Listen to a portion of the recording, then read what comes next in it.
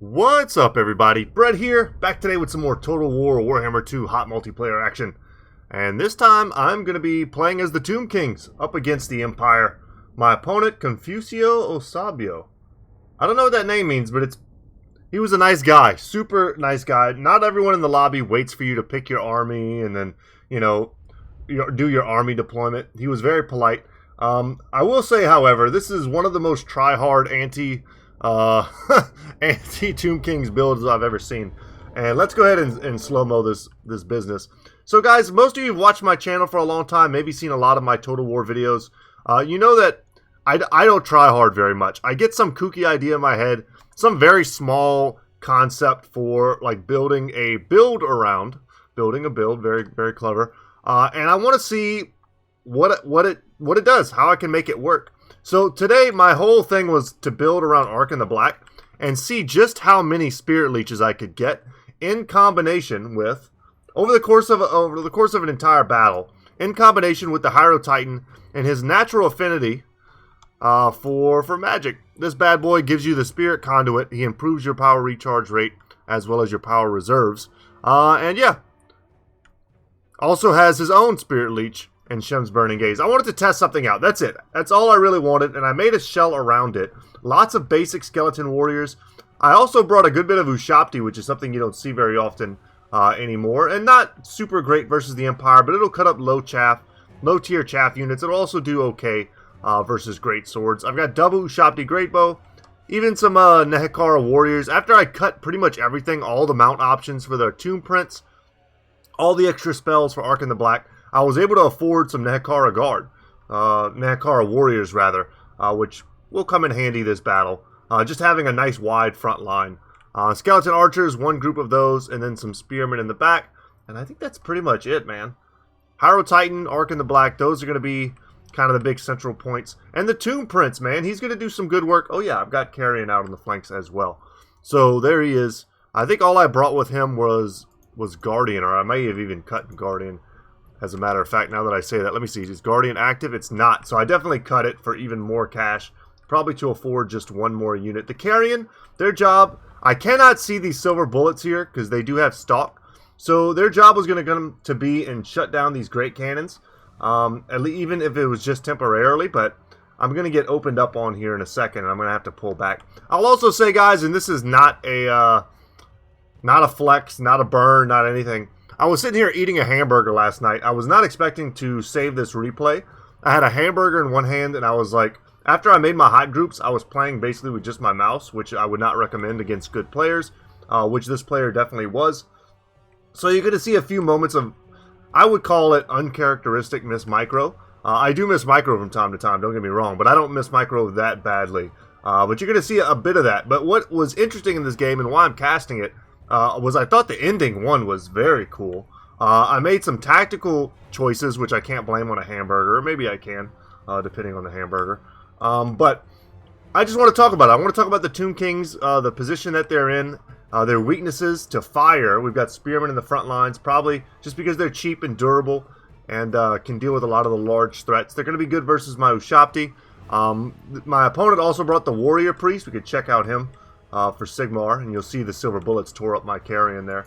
But he brings the Banner of Eternal Flame, which, gives fire damage as well as base weapon damage to allies around him. Sigmar's Sons, love these dudes, always good choice, Unbreakable with the Flagellants. But the real MVP this battle are going to be the Bright Wizard with Burning Head and Fireball.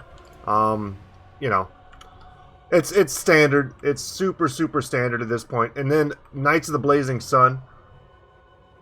Two groups of those. Outriders I thought was an interesting choice, though I could see it. Just having a mobile handgunner unit basically is what you get with that. Could be very good versus constructs. And then Boris Todbringer with his full kit is quite dangerous. He has AoE debuffs. No one wants to look him in the eyes, and he's also got regen, which is really good. For an Empire Lord in a build where there is no healing. So alright guys, without any further ado, let's go ahead and rock up. I just did a pretty bare bones engagement. I have my hot groups. The one thing I don't want is to make a perfect straight line, which is something I try not to do, but it kind of shook out that I made a little bit more of a line than I meant to. Because, why? Well, because burning heads. And the thing about it, you didn't used to be able to, like, angle your winds spells all that well. But you can now. And, you know, I don't play any particular race enough to really keep in mind all the different bad things that can happen to me if I play in a certain way. But check this out. He's going to get a good angle, and it's going to roast my Nekara warriors and my skeleton warriors here. My skeleton archers, my Ushabti. Boris Tidebringer got a little over-eager, and I'm going to try and punish that. The silver bullets are going to get shut down temporarily by these skeleton warriors, although this is not a good wrap. They're still probably in guard mode, able to fire quite well.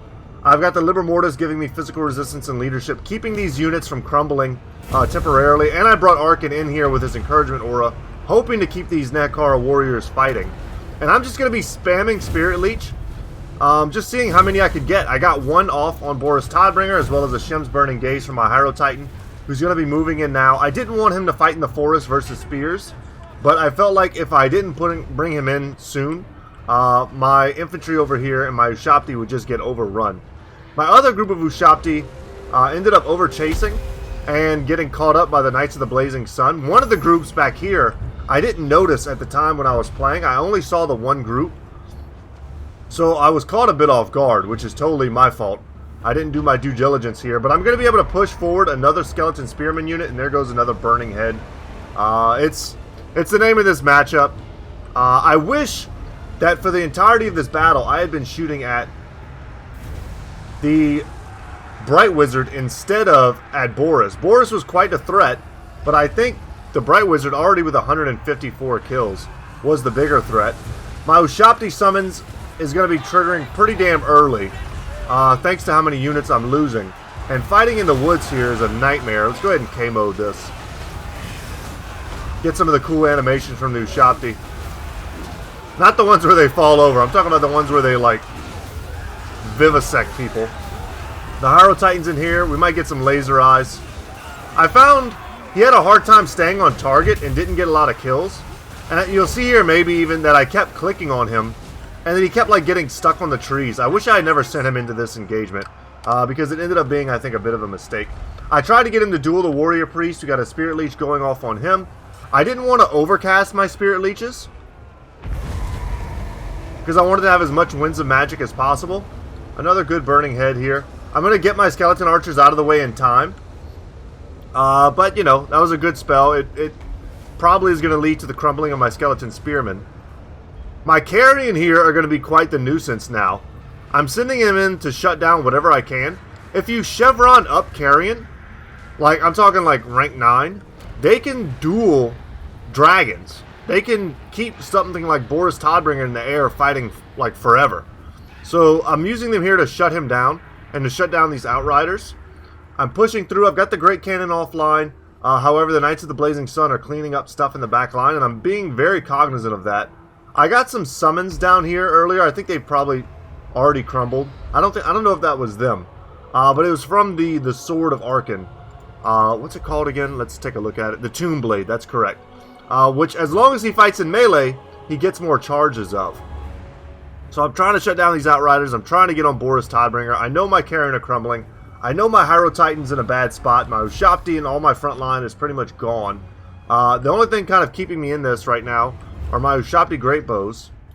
And a little bit of missed micro from my opponent here. If he was seeing what was going on right now, he would move these Spearmen up, no doubt, and shut down my Skeleton Archers. But I'm going to take advantage of this slight lapse in micro.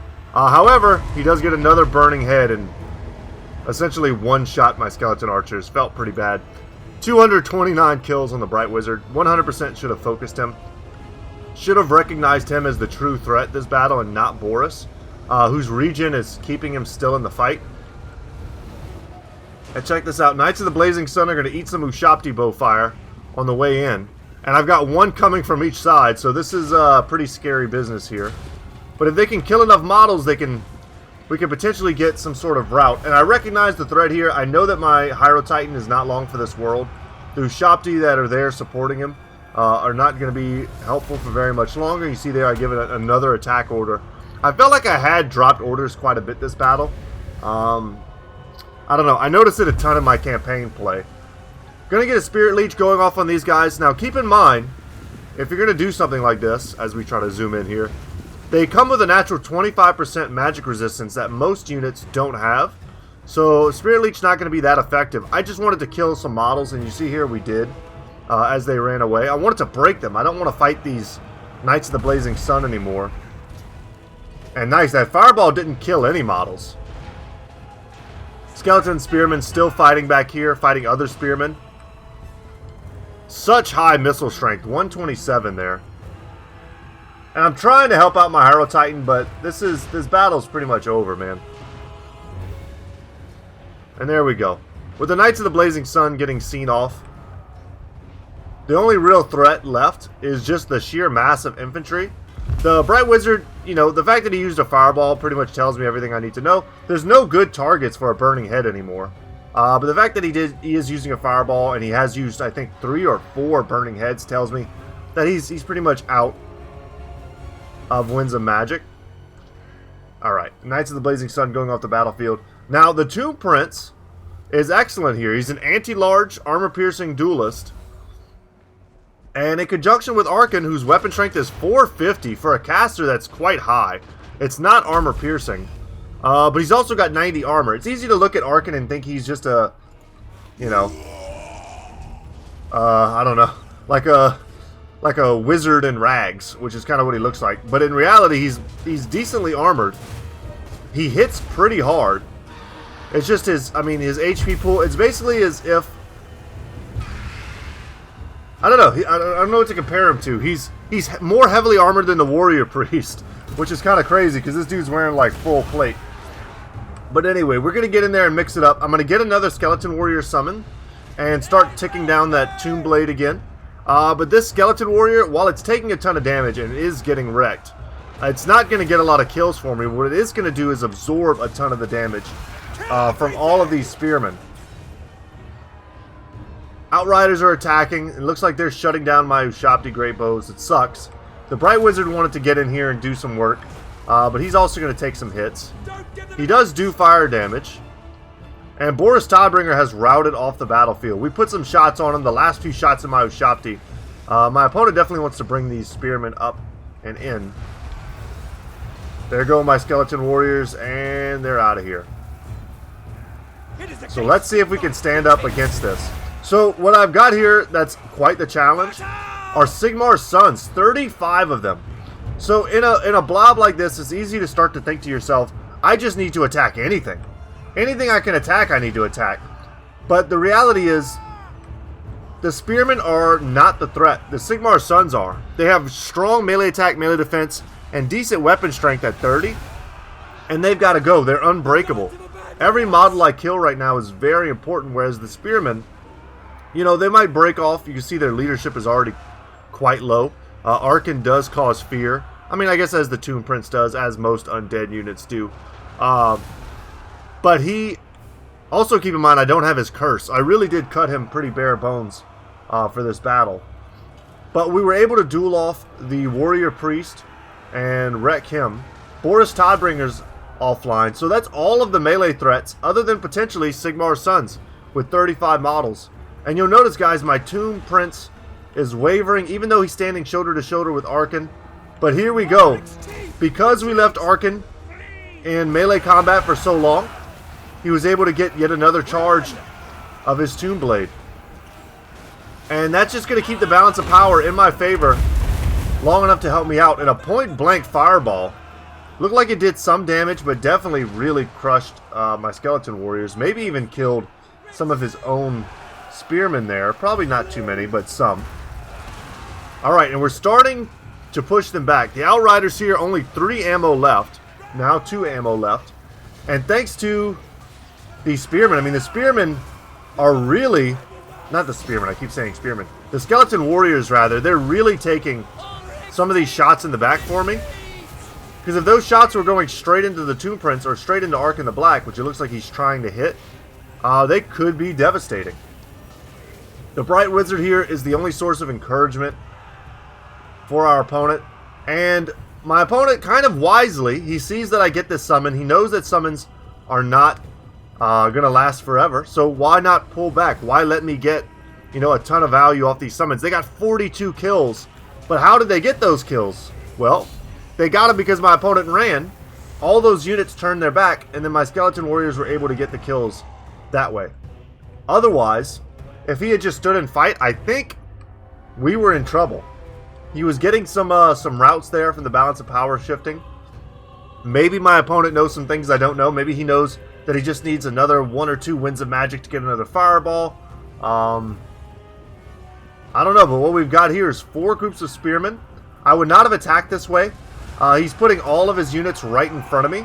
You want to get a full surround in a situation like that because there are leadership penalties to being surrounded. If we go ahead and like just hover over here, you can see attacked in the flank, flanks exposed, faster and stronger enemies nearby, damage sustained. But he is encouraged. Enemies are routing. You can watch it in real time as it goes up and down. Winning combat. Sometimes this is a trick I don't know if a lot of people know. Let's say I've got a unit that's routing here. Let's say my Tomb Prince is routing. And he's fighting spearmen, right?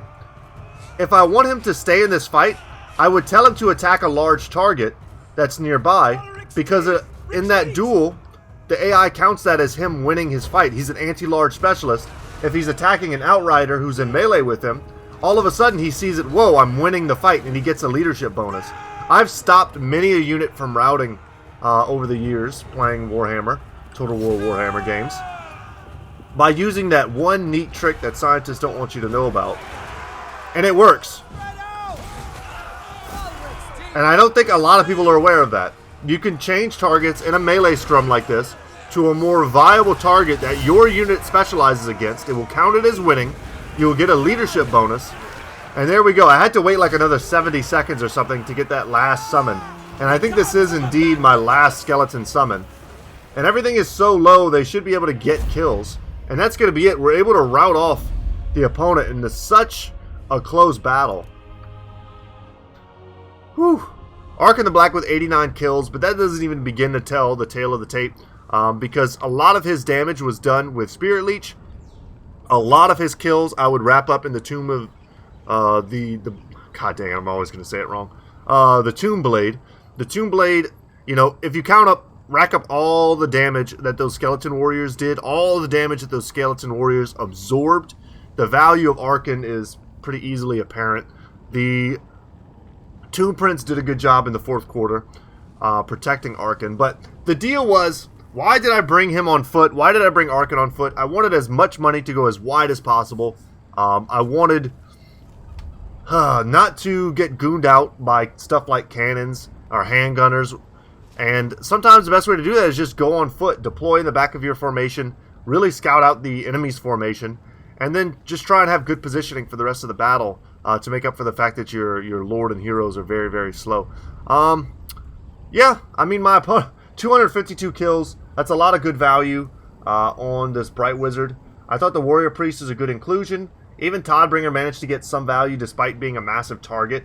And that was some of his value. If he wasn't here, you know, I'm using my Shopti Great Bows and I'm shooting at, you know, whatever else the heck I want. In the beginning, I wasted several volleys trying to go after the Great Cannon with my Shopti Great Bows. But because of the terrain, I wasn't quite able to hit them.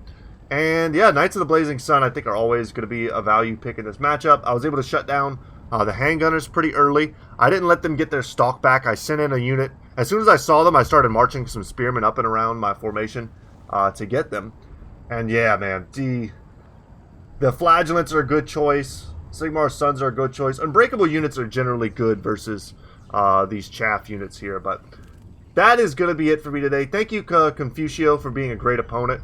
I hope you guys enjoyed this battle. I wasn't counting how many Spirit Leeches I got, but I definitely got all my Spirit Leeches and Shim's Burning Gazes from my Hyro Titan. And I want to say I probably got 6 or 7 from Ark in the Black. Not to mention the Liber Mortis doing good work, giving us physical resistance during that battle, keeping my units in the forest fighting as long as they did. But I didn't know it had a limited number of charges. That's something I wasn't aware of. I haven't played with Arkan. He's probably my least played Tomb King's Lord. So I wasn't that aware of how his abilities functioned until I got into the battle. Or at least I didn't remember. It's been a long time.